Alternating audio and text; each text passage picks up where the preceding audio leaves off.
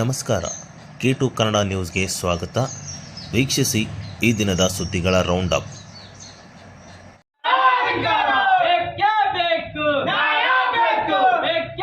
ರಾಯಚೂರು ನಗರದ doctor B R. Ambedkar ಅಭಿವೃದ್ಧಿ ನಿಗಮದ ಜಿಲ್ಲಾ ಕಚೇರಿಯಲ್ಲಿ ಸಂವಿಧಾನ ಸಮರ್ಪಣಾ ದಿನ ಇದ್ದರೂ 11 ಗಂಟೆ ಕಳೆದರೂ ಕೂಡ ಕಚೇರಿಯಲ್ಲಿ ಯಾವುದೇ ರೀತಿಯಾದ ಪೂಜೆ ಸಲ್ಲಿಸದ ಹಿನ್ನೆಲೆಯಲ್ಲಿ ದಲಿತ ಸಂಘಟನೆ ಮುಖಂಡರು ಕಚೇರಿಗೆ ಆಗಮಿಸಿ ಅಧಿಕಾರಿಗಳ ವಿರುದ್ಧ ಅಸಮಾಧಾನ ವ್ಯಕ್ತಪಡಿಸಿದ ಘಟನೆ ಜರುಗಿದೆ.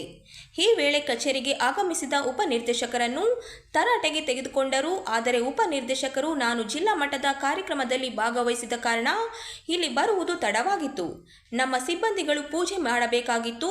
ಅವರ ವಿರುದ್ಧ ಕ್ರಮ ಕೈಗೊಳ್ಳುತ್ತೇನೆ ಎಂದು ದಲಿತ ಮುಖಂಡರಿಗೆ ಭರವಸೆಯನ್ನ ನೀಡಿದರು. ತದನಂತರ ಕಚೇರಿಯಲ್ಲಿ ಸಂವಿಧಾನ ಪೀಠಿಕೆಗೆ ಪೂಜೆ ಸಲ್ಲಿಸಿದರು.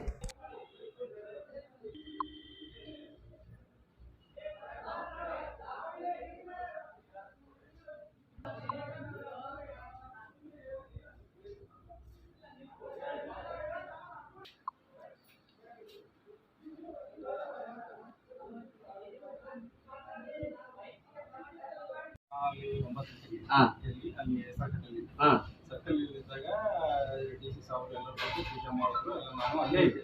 ಅಲ್ಲಿ ನೀವು ಏನಂದ್ರು ಅಲ್ಲಿ ಹೋಗಿಲ್ಲ, ಎಲ್ಲಿ ಹೋಗಿಲ್ಲ ತಂದಿಲ್ಲ. ಅಲ್ಲಿ ಹೋಗಿಲ್ಲ ಅಂದ್ರೆ ನಾನು ಅಲ್ಲಿ ವ್ಯಾಲಿ ಆದಿಜಂಬೋ DM ಜಲ್ದಾರ್ ಸರಿ ಬಿಟ್ಟಿದ್ದೆ, ಮತ್ತು ಪ್ರವೀಣ್ DO ಮೈನಾರಿಟಿ ಬಿಟ್ಟಿದ್ದೆ. ಆನಂತರ ವಾಲ್ಮೀಕಿ ನಿಗಮ ಅವರಿದ್ರು, ಅವ್ರಿಗೆ ಬಿಟ್ಟಿದ್ದೆ.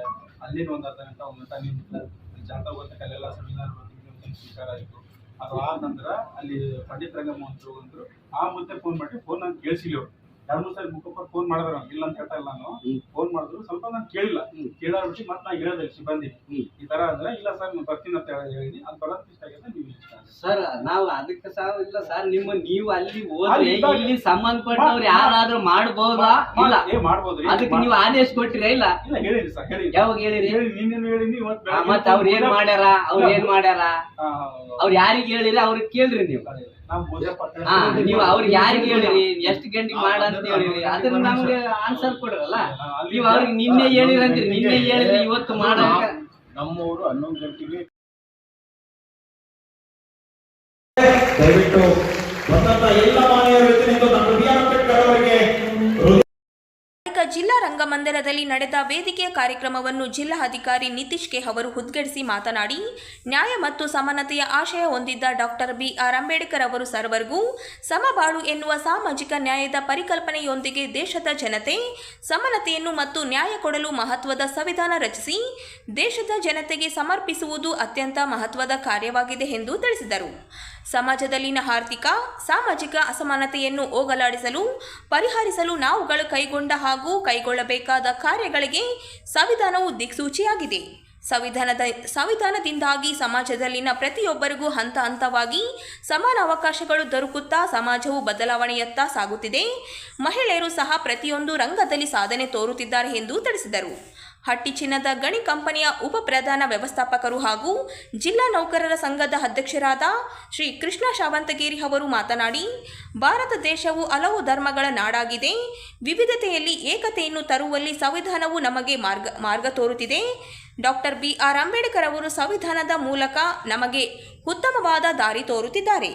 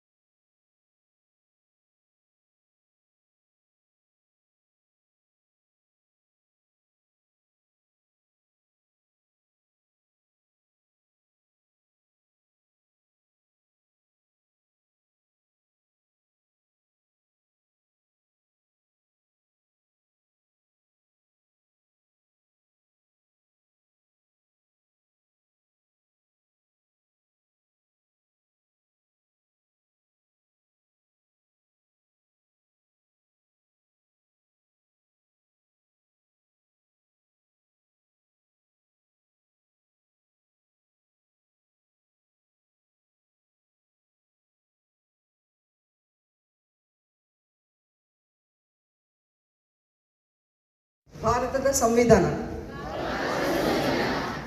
ಪ್ರಸ್ತಾವನೆ. ಭಾರತದ ಜನಗಳಾದ ನಾವು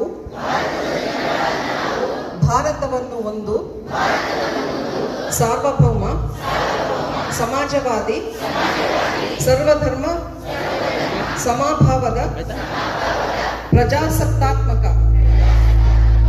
ಗಣರಾಜ್ಯವಾಗಿ ರಚಿಸಲು ಮತ್ತು ಅದರ ಸಮಸ್ತ ನಾಗರಿಕರಿಗೆ ಸಾಮಾಜಿಕ, ಆರ್ಥಿಕ ಮತ್ತು ರಾಜಕೀಯ ನ್ಯಾಯ, ವಿಚಾರ, ಅಭಿವ್ಯಕ್ತಿ, ವಿಶ್ವಾಸ, ಧರ್ಮಶ್ರದ್ಧೆ ಮತ್ತು ಉಪಾಸನಾ ಸ್ವಾತಂತ್ರ್ಯ, ಸ್ಥಾನಮಾನ ಹಾಗೂ ಅವಕಾಶ ಸಮಾನತೆ ದೊರೆಯುವಂತೆ ಮಾಡಲು ಮತ್ತು ವ್ಯಕ್ತಿ ಗೌರವವನ್ನು, ರಾಷ್ಟ್ರದ ಏಕತೆಯನ್ನು ಹಾಗೂ ಅಖಂಡತೆಯನ್ನು ಸುನಿಶ್ಚಿತಗೊಳಿಸಿ ಅವರಲ್ಲಿ ಭ್ರಾತೃಭಾವನೆಯನ್ನು ವೃದ್ಧಿಗೊಳಿಸಲು ಶ್ರದ್ಧಾಪೂರ್ವಕ ಸಂಕಲ್ಪ ಮಾಡಿದವರಾಗಿ ನಮ್ಮ ಸಂವಿಧಾನ ಸಭೆಯಲ್ಲಿ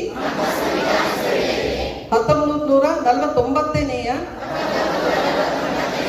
ಇಸವಿ ನವೆಂಬರ್ ತಿಂಗಳ 26ನೇ ತಾರೀಖಾದ ಈ ದಿವಸ ಈ ಮೂಲಕ ಈ ಸಂವಿಧಾನವನ್ನು ಅಂಗೀಕರಿಸಿ ಅಧಿನಿಯಮಿಸಿ ಅರ್ಪಿಸಿಕೊಂಡಿದ್ದೇವೆ. ಎಲ್ಲರಿಗೂ ಧನ್ಯವಾದಗಳು. ಜೈ. ಸೊ ಇವತ್ತು ನಾವು ಸಂವಿಧಾನ ದಿನಾಚರಣೆ ಕಾರ್ಯಕ್ರಮನ ಹಮ್ಮಿಕೊಂಡಿದ್ದೀವಿ. ತಮಗೆಲ್ಲ ಗೊತ್ತಿದ್ದಂಗೆ 26 ನವೆಂಬರ್ 1949. ಸೊ ಇವತ್ತು ಕಾನ್ಸ್ಟಿಟ್ಯೂಯೆಂಟ್ ಅಸೆಂಬ್ಲಿಯಲ್ಲಿ ನಮ್ಮ ಸಂವಿಧಾನನ ಅಂಗೀಕರಿಸಲಾಗಿತ್ತು. ಏನು ಅಂಗೀಕರಿಸಲಾಗಿತ್ತು ಆ ಸಂವಿಧಾನವನ್ನು 1950 ಇಸ್ವಿ 26 ಜನವರಿಯಿಂದ ಅದು ಚಾಲನೆಗೆ ಬಂತು. ನಮ್ದು ಎಷ್ಟು ದೊಡ್ಡ ದೇಶ ಅಂತ ತಮಗೆಲ್ಲ ಚೆನ್ನಾಗಿ ಗೊತ್ತಿದೆ. ಇಂಥ ಒಂದು ದೇಶದಲ್ಲಿ ಸಾಕಷ್ಟು ಜಾತಿಗಳಿದ್ದಾವೆ, ಸಾವಿರಾರು ಲಕ್ಷಾರು ಜಾತಿಗಳಿದ್ದಾವೆ, ಬೇರೆ ಬೇರೆ ಭಾಷೆಗಳಿದ್ದಾವೆ, ಧರ್ಮ ಇದೆ, ಪಂಥಗಳಿದ್ದಾವೆ, ಆಮೇಲೆ ಬೇರೆ ಬೇರೆ ಆಚರಣೆಗಳಿದ್ದಾವೆ, ಆಚಾರ ವಿಚಾರ ಇದೆ. ಇಂಥ ಒಂದು ಬೃಹತ್ ಮತ್ತು ಡೈವರ್ಸ್ ಆಗಿರೋ ಒಂದು ದೇಶದ ಜನತೆಯ ಒಂದು ಮಹತ್ವಾಕಾಂಕ್ಷಿ ಅಂತ ನಾನು ಹೇಳಕ್ ಇಷ್ಟಪಡ್ತೀನಿ. ಅದನ್ನೆಲ್ಲ ನಾವು ಒಗ್ಗೂಡಿಸಿ ಒಂದು ಸಂವಿಧಾನ ಯಾವುದೇ ಒಂದು ದೇಶದಲ್ಲಿ ಇದೆ ಅಂದ್ರೆ ಅದು ನಮ್ಮ ಭಾರತ ದೇಶ ಅಂತ ನಾನು ಹೇಳಕ್ಕೆ ಇಷ್ಟಪಡ್ತೀನಿ. ಇಂಥ ಒಂದು ವಿಶಿಷ್ಟವಾದ ಸಂವಿಧಾನ ಇವತ್ತು ನಮಗೆ ಮತ್ತೆ ವಿಶಿಷ್ಟ ಮತ್ತು ಬಲಿಷ್ಠವಾದ ಸಂವಿಧಾನ ನಮಗೆ ಬಂದಿದೆ ಅಂದ್ರೆ ಅದಕ್ಕೆ ಕಾರಣೀಭೂತರಾಗಿರೋರು ಬೇರೆ ಯಾರೂ ಅಲ್ಲ, ಬಾಬಾ ಸಾಹೇಬ್ ಅಂಬೇಡ್ಕರ್ ಅವರು ಅಂತ ತಮಗೆಲ್ಲ ಚೆನ್ನಾಗಿ ಗೊತ್ತಿದೆ. ಯಾಕೆ ನಾನು ಇದು ಹೇಳ್ತೀನಿ ಅಂದ್ರೆ ನಾವು ವಿದ್ಯಾರ್ಥಿ ಮತ್ತು ಪಾಲಕ ಹಾಗೂ ಶಿಕ್ಷಕ ಬಂಧುಗಳೇ,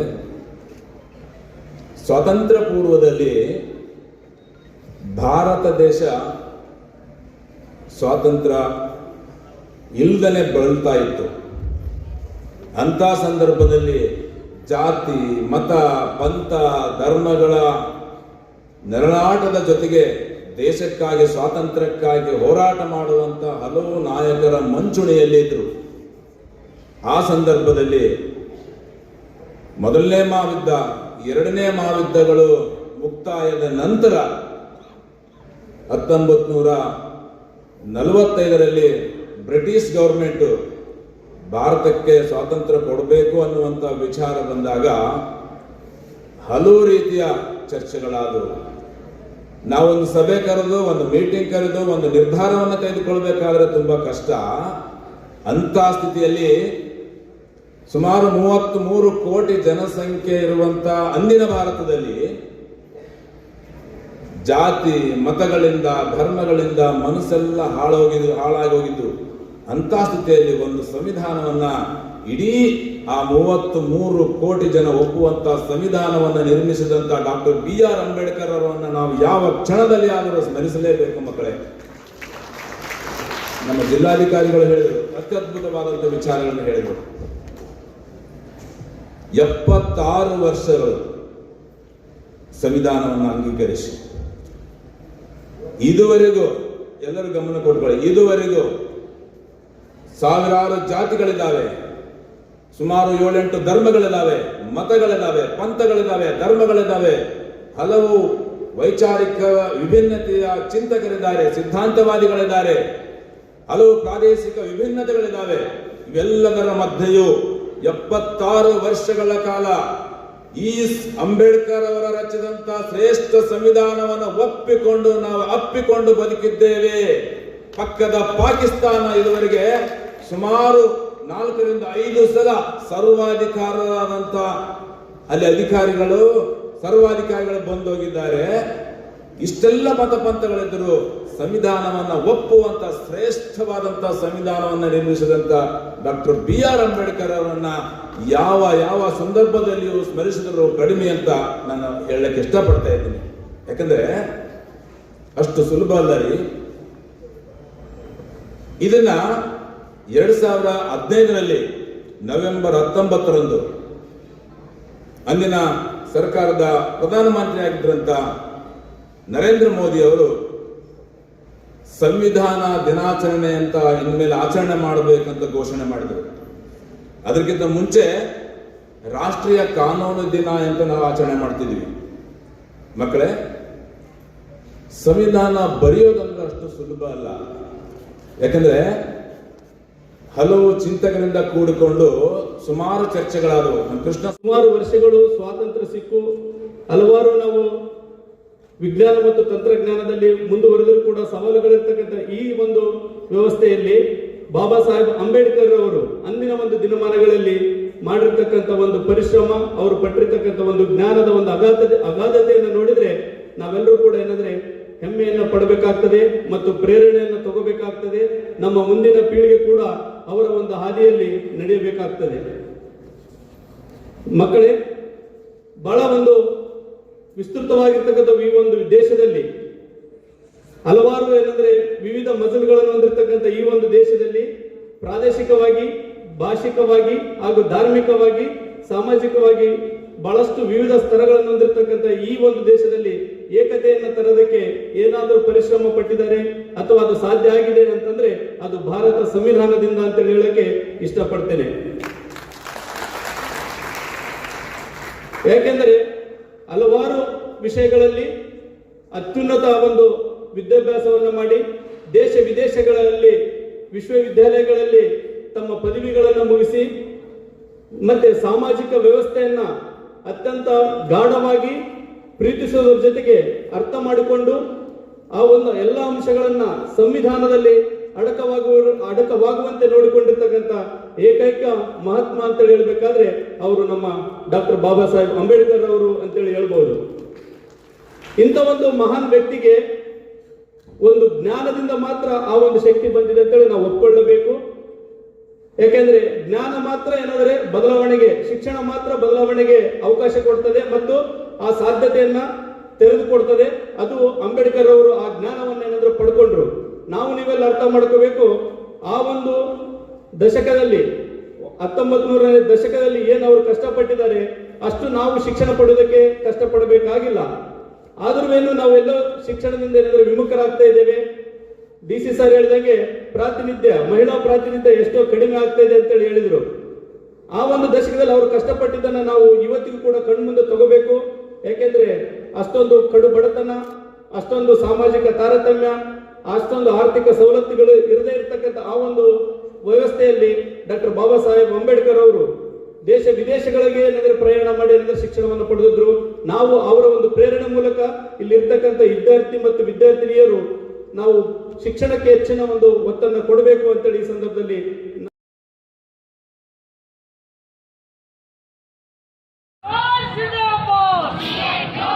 ಕೇಂದ್ರ ಸರ್ಕಾರ ನವೆಂಬರ್ 21ರಿಂದ ಜಾರಿಗೆ ತಂದಿರುವ 4 ಕಾರ್ಮಿಕರ ಸಂಹಿತೆಗಳ ವಿರುದ್ಧ ಕಾರ್ಮಿಕರ ಸಂಘಗಳ ಜಂಟಿ ಸಮಿತಿ ಮತ್ತು ಸಂಯುಕ್ತ ಕಿಸಾನ್ ಮೋರ್ಚಾ ಜಿಲ್ಲಾ ಸಮಿತಿಗಳು ತೀವ್ರ ಆಕ್ರೋಶ ವ್ಯಕ್ತಪಡಿಸುತ್ತಾ ಸಂಹಿತೆಗಳನ್ನು ತಕ್ಷಣ ಹಿಂಪಡೆಯಬೇಕೆಂದು ಒತ್ತಾಯಿಸಿ ನಗರದ ಟಿಪ್ಪು ಸುಲ್ತಾನ್ ಉದ್ಯಾನವನದಲ್ಲಿ ಪ್ರತಿಭಟನೆ ಮಾಡಿ ಪ್ರಧಾನಮಂತ್ರಿ ಹಾಗೂ ಮುಖ್ಯಮಂತ್ರಿ ಅವರಿಗೆ ಜಿಲ್ಲಾ ಅಧಿಕಾರಿಗಳ ಮುಖಾಂತರ ಮನವಿ ಸಲ್ಲಿಸಿದರು. ಕಾರ್ಮಿಕರು, ರೈತರು ಹಾಗೂ ಕೂಲಿಕಾರರ ಹಿತಾಸಕ್ತಿಗೆ ವಿರುದ್ಧವಾಗಿ ಕೇಂದ್ರ ಸರ್ಕಾರ ನಡೆದುಕೊಂಡಿದ್ದು ಬಹುರಾಷ್ಟ್ರೀಯ ಕಂಪನಿಗಳಿಗೆ ಅನುಕೂಲವಾಗುವಂತೆ ಹೊಸ ಸಂಹಿತೆಗಳನ್ನು ಜಾರಿಗೊಳಿಸಿದೆ ಎಂದು ಜಂಟಿ ಸಮಿತಿಗಳು ಆರೋಪಿಸಿವೆ.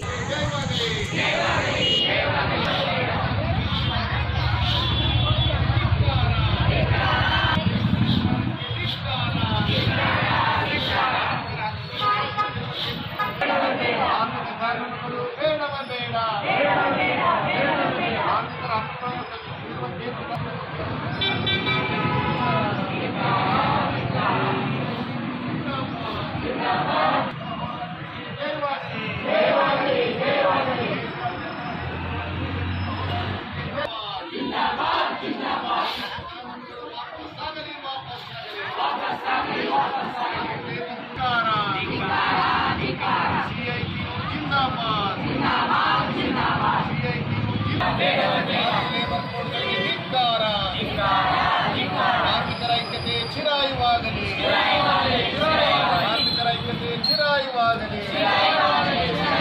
ಸಿಐಟಿಯು ಜಿಂದಾಬಾದ್, ಸಿಐಟಿಯು ಜಿಂದಾಬಾದ್. ದೇಶಾದ್ಯಂತ ನಡೆಯುತ್ತಿರುವ ಸಿಐಟಿಯ ಹೋರಾಟಕ್ಕೆ ಜಯವಾಗಲಿ.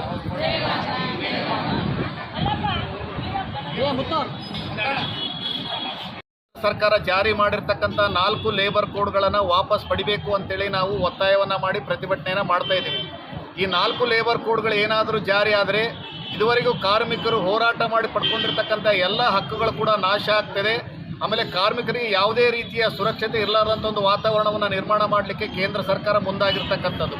ಇದನ್ನು CITಯು ಬಲವಾಗಿ ಖಂಡಿಸ್ತದೆ. ಜೊತೆಗೆ ಕರ್ನಾಟಕ ರಾಜ್ಯದಲ್ಲಿ ಈ 4 ಲೇಬರ್ ಕೋಡ್ಗಳನ್ನು ಯಾವುದೇ ಕಾರಣಕ್ಕೂ ಜಾರಿ ಮಾಡಬಾರ್ದು ಅಂತಕ್ಕಂಥ ಒತ್ತಾಯವನ್ನು ಕೂಡ ನಾವು ಈ ಸಂದರ್ಭದಲ್ಲಿ ಮಾಡ್ತಾ ಇದ್ದೀವಿ. ಈ 4 ಲೇಬರ್ ಕೋಡ್ಗಳ ಜಾರಿಯಿಂದಾಗಿ ಇವತ್ತು ಫಿಕ್ಸ್ಡ್ ಟರ್ಮ್ ಎಂಪ್ಲಾಯ್ಮೆಂಟ್ನ ಜಾರಿಗೆ ಮಾಡ್ತಕ್ಕಂಥ ಹುನ್ನಾರ ಕೂಡ ಇದೆ. ಜೊತೆಗೆ ಕಾರ್ಮಿಕರು ಏನು ತಮ್ಮ ಹಕ್ಕುಗಳಿಗಾಗಿ ಹೋರಾಟಗಳನ್ನು ಮಾಡ್ತಕ್ಕಂಥ ಇದೇನಿದೆ ಅದನ್ನು ಕೂಡ ಕಸಿತಕ್ಕಂಥ ಒಂದು ವಾತಾವರಣ ಕೂಡ ನಿರ್ಮಾಣ ಮಾಡಲಿಕ್ಕೆ ಕೂಡ ಕೇಂದ್ರ ಸರ್ಕಾರ ಮುಂದಾಗಿದೆ. ಜೊತೆಗೆ ಯಾವುದೇ ರೀತಿಯ ತಮ್ಮ ಹಕ್ಕುಗಳಿಗಾಗಿ, ತಮ್ಮ ಬೇಡಿಕೆಗಳಿಗಾಗಿ ಹೋರಾಟ ಮಾಡಬೇಕಾದಂಥ ಸಂದರ್ಭದಲ್ಲಿ ಸಂಘಗಳನ್ನ ಕಟ್ತಕ್ಕಂಥ ಒಂದು ಇದನ್ನು ಕೂಡ ಕಸಿಲಿಕ್ಕೆ ಕೇಂದ್ರ ಸರ್ಕಾರ ಪ್ರಯತ್ನವನ್ನು ಮಾಡ್ತಿದೆ. ಇದನ್ನು ನಾವು ಬಲವಾಗಿ ಖಂಡಿಸಿ ಇವತ್ತು ಕೇಂದ್ರ ಸರ್ಕಾರದ ಈ ಲೇಬರ್ ಕೋಡ್ಗಳ ಅಧಿಸೂಚನೆಯನ್ನು ದಹಿಸೋದ್ರ ಮುಖಾಂತರ ಕೇಂದ್ರ ಸರ್ಕಾರಕ್ಕೆ ಮತ್ತು ರಾಜ್ಯ ಸರ್ಕಾರಕ್ಕೆ ನಾವು ಮನವಿಯನ್ನು ಸಲ್ಲಿಸ್ತಾ ಇದ್ದೇವೆ.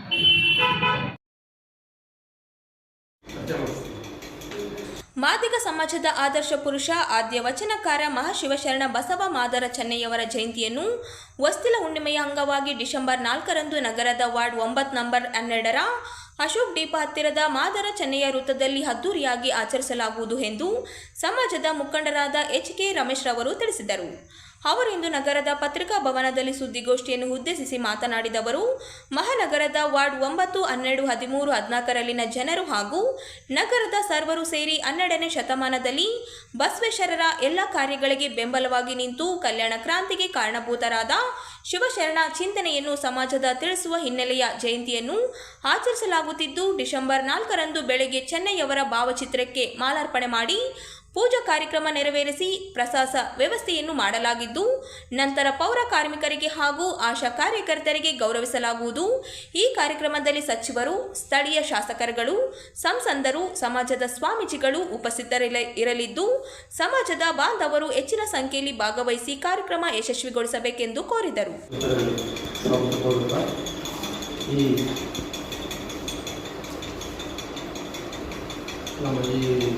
ಪತ್ರಿಕಾ ಗೋಷ್ಠಿಗೆ ಕರೆದಂಥ ನಮ್ಮ ಈ ಉದ್ದೇಶವೇನೆಂದರೆ,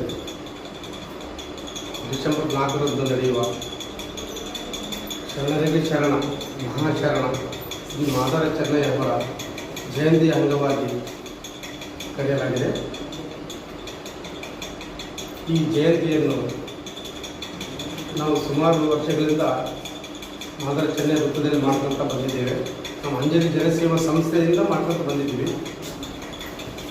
ಈ ಆಚರಣೆಯನ್ನು ಹೋದ ವರ್ಷವೇ ನಾವು ಸಿಂಪಲಾಗಿ ಮಾಡೋದು ಬೇಡ, ಎಲ್ಲ ಹಿರಿಯರು ನಮ್ಮ ಸಮಾಜದ ಮುಖಂಡರೆಲ್ಲ ಸೇರಿಕೊಂಡು ದೊಡ್ಡ ಪ್ರಮಾಣದಲ್ಲಿ ಮಾಡಬೇಕಂತೇಳಿ ನಿರ್ಣಯ ಮಾಡಿ ಹೋದ ವರ್ಷ ದೊಡ್ಡ ಪ್ರಮಾಣದಲ್ಲಿ ಅದ್ದೂರಿಯಾಗಿ ಮಾಡಿದ್ವಿ, ನಿಮಗೆಲ್ಲರಿಗೂ ಗೊತ್ತಿದೆ. ಅದೇ ರೀತಿಯಾಗಿ ಈ ವರ್ಷವೂ ಸಹ ನಮ್ಮ ಶ್ರೀ ಮಾದರ ಚೆನ್ನಯ್ಯವರ ಜಯಂತಿಯನ್ನು ನಮ್ಮ ಮಾದರ ಚೆನ್ನೈ ವೃತ್ತದಲ್ಲೇ ಅಲ್ಲಿಂದಲೇ ಪ್ರಾರಂಭ ಮಾಡಬೇಕನ್ನೋದು ನಮ್ಮ ಸಮಿತಿಯ ಉದ್ದೇಶ. ಮತ್ತು ಅಲ್ಲಿನೇ ಈಗ ನಾವೇನು ಮಾದರ ಚೆನ್ನೈ ವೃತ್ತ ಅಂತ ಅಂದ್ಕೊಂಡಿದ್ವಲ್ಲ, ಅಲ್ಲಿನೇ ಕಾರ್ಯಕ್ರಮ ಮಾಡಿ, ಅಲ್ಲಿನೇ ಅದ್ದೂರಿಯಾಗಿ ಕಾರ್ಯಕ್ರಮ ಮಾಡಿ, ಅಲ್ಲಿನೇ ನಮ್ಮ ಪೌರ ಕಾರ್ಮಿಕರಿಗೆ ಮತ್ತು ಬೇರೆ ಬೇರೆ ಇದರಲ್ಲಿ ಸಾಧನೆ ಮಾಡಿದಂಥವ್ರಿಗೆ ಸನ್ಮಾನ ಕಾರ್ಯಕ್ರಮ ಅಂದ್ಕೊಂಡಿದ್ದೀವಿ. ಆಶಾ ಕಾರ್ಯಕರ್ತರು, ಪೌರ ಕಾರ್ಮಿಕರು ಉಳಿದವರೆಲ್ಲರಿಗೆ ಸನ್ಮಾನ ಮಾಡಬೇಕಂತ ಅಂದ್ಕೊಂಡಿದ್ದೀವಿ. ನಾವು ಅಲ್ಲೇ 9:00ವರೆಗೆ ಅಲ್ಲೇ ಪೂಜೆ ಸಲ್ಲಿಸಿ ಅಲ್ಲೇ ಕಾರ್ಯಕ್ರಮ ಮಾಡಬೇಕಂತೇಳಿ ನಮ್ಮ ಈ ಎಲ್ಲ 12, 13, 14 ಮತ್ತು ಎಲ್ಲ ವಾರ್ಡ್ 35 ವಾರ್ಡಿನ ಸಮಾಜದ ಎಲ್ಲರೂ ಈ ಕಾರ್ಯಕ್ರಮಕ್ಕೆ ಬರಬೇಕಂತೇಳಿ ನಾವು ನಿಮ್ಮ ಮುಖಾಂತರ ನಾವು ಎಲ್ಲರಿಗೆ ಕೇಳ್ಕೊಳ್ತೇವೆ. ದಯವಿಟ್ಟು ಇದನ್ನು ತಾವುಗಳು ನಮ್ಮ ಇದನ್ನು ಎಲ್ಲರಿಗೂ ಮುಗಿಸುವಂತೆ ಮಾಡಬೇಕಂತೇಳಿ.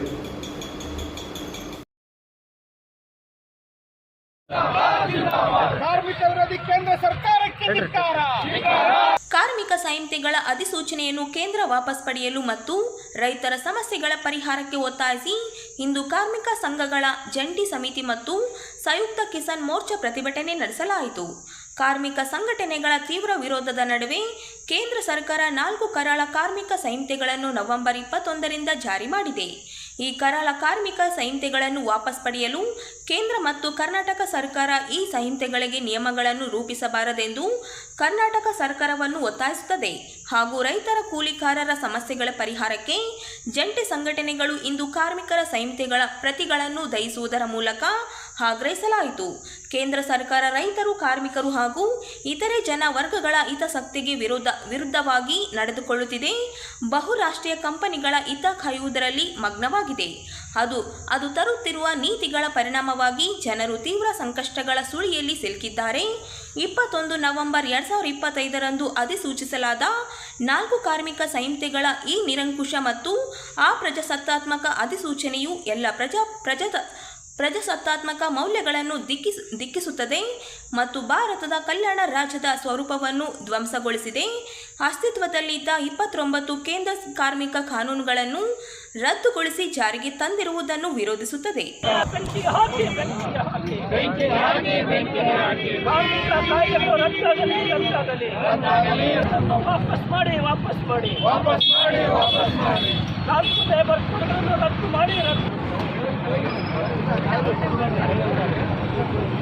ಈ ಮಟ್ಟದಲ್ಲಿ ಕೇಂದ್ರ ಕಾರ್ಮಿಕ ಸಂಘಟನೆಗಳು, ಕೇಂದ್ರೀಯ ಕಾರ್ಮಿಕ ಸಂಘಟನೆಗಳ ಜಂಟಿ ಸಮಿತಿ ನೇತೃತ್ವದಲ್ಲಿ ಹಾಗೆಯೇ SKM ಸಂಯುಕ್ತ ಕಿಸಾನ್ ಮೋರ್ಚಾ 2 ಸಂಘಟನೆಗಳ ಒಂದು ಒಕ್ಕೂಟಗಳ ಜಂಟಿ ನೇತೃತ್ವದಲ್ಲಿ ಇಡೀ ದೇಶದಾದ್ಯಂತ ಇವತ್ತು ಸಂವಿಧಾನ ಉಳಿಸಿ ಒಂದು ಭಾಗವಾಗಿ ದೇಶದ ಪ್ರಜಾಸತ್ತಾತ್ಮಕ ಹಕ್ಕುಗಳಿಗೆ ಇವತ್ತು ಕೊಡಲಿ ಪೆಟ್ಟು ಕೊಡೋ ರೀತಿಯಲ್ಲಿ ದೇಶದ ದುಡಿಯೋ ಜನಗಳ ಹಕ್ಕುಗಳನ್ನು ಕಿತ್ಕೊಳ್ಳೋ ರೀತಿಯಲ್ಲಿ ಇವತ್ತು ಕೇಂದ್ರ ಸರ್ಕಾರ ಏನು ವಂಚ ಆಗ್ತಾ ಇದೆ, ನೀತಿಗಳನ್ನ ತರ್ತಾ ಇದೆ.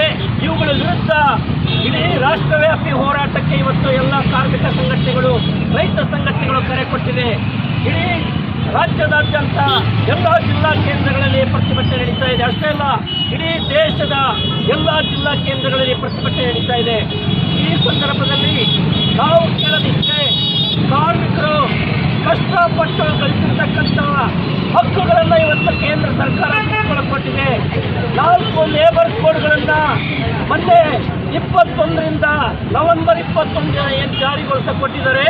ಇದು ಕಾರ್ಮಿಕರ ಕತ್ತು ಹಿಡಿದುಕೊಟ್ಟಿದೆ, ಕಾರ್ಮಿಕರ ಹಕ್ಕುಗಳನ್ನು ಕಿತ್ತುಕೊಳ್ಳಿ. ಇದರ ವಿರುದ್ಧ ನಮ್ಮ ಆಕ್ರೋಶ, ಇದರಿಂದ ನಮ್ಮ ಹೋರಾಟ. ಈ 4 ಲೇಬರ್ ಕೋಡ್ಗಳನ್ನು ನಮ್ಮ ರಾಜ್ಯದ ಕಾಂಗ್ರೆಸ್ ಸರ್ಕಾರ ಏನು ಮೊದಲಿನಿಂದಲೂ ಹೇಳ್ತಾ ಬಂದಿದೆ, ನಾವು ಕಾರ್ಮಿಕರ ಪರವಾಗಿ ಇದ್ದೀವಿ ಅಂತೇಳಿ.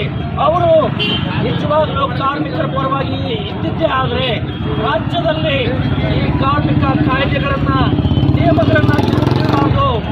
ಅವರು ಏನು ಈಗಾಗಲೇ ಕಾರ್ಮಿಕರಿಗೆ ಮಾತು ಕೊಟ್ಟಿದ್ದಾರೆ, ಆ ಮಾತಿನಂತೆ ನಡೀಬೇಕು. ಗುತ್ತಿಗೆ ಕಾರ್ಮಿಕರಿಗೆ ಎಲ್ಲ ಕನಿಷ್ಠ ವೇತನ ಕನಿಷ್ಠ 21,000, ಗರಿಷ್ಠ 35,000 ಮಾಡಬೇಕು. ಹಾಗೆಯೇ ಆಶಾ, ಅಂಗನವಾಡಿ, ಬಿಸಿಯೂಟ ಕಾರ್ಮಿಕರಿಗೆ ಕನಿಷ್ಠ ವೇತನ ಜಾರಿಗೊಳಿಸಬೇಕು. ಹಾಗೆಯೇ ಫ್ಯಾಕ್ಟರಿಗಳಲ್ಲಿ, ಕೈಗಾರಿಕೆಗಳಲ್ಲಿ ಇರ್ತಕ್ಕಂಥ ಕಾರ್ಮಿಕರಿಗೆ PF ಗರಿಷ್ಠ ಅರ್ಹತೆ ವೇತನ ಜಾಸ್ತಿ ಮಾಡಬೇಕು, 35,000 ಮಾಡಬೇಕು. ESI ಮಿತಿನ 30,000ಕ್ಕೆ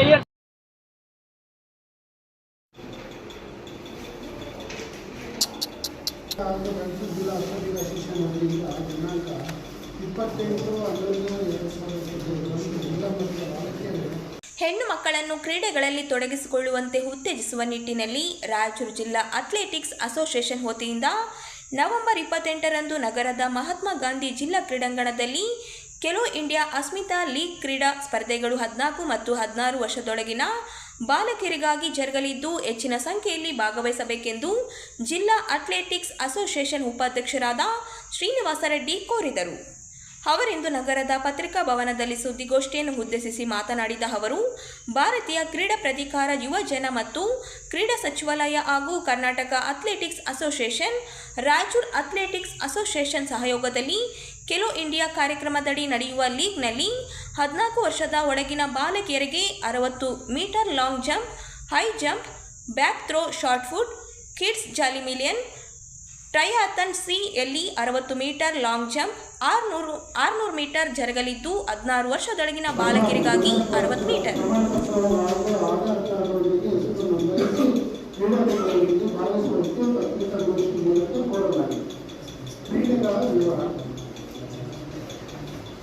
ಹದಿನಾಲ್ಕು ವರ್ಷದ ಬಾಲಕಿಯರಿಗೆ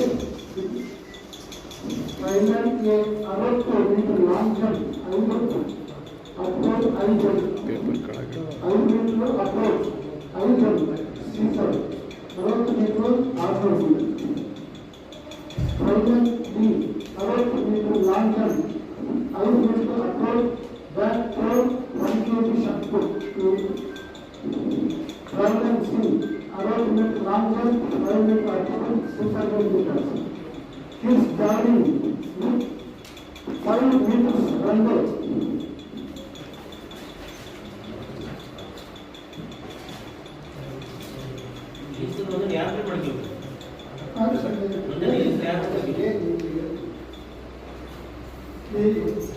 ಇದೆಲ್ಲ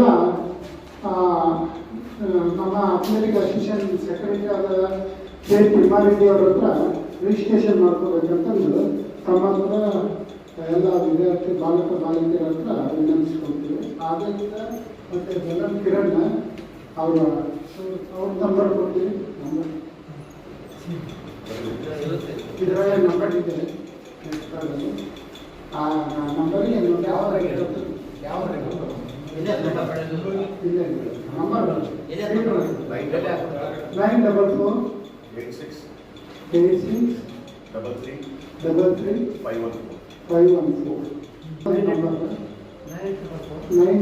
984 ಕೆ ತಿಮ್ಮಾರೆಡ್ಡಿ.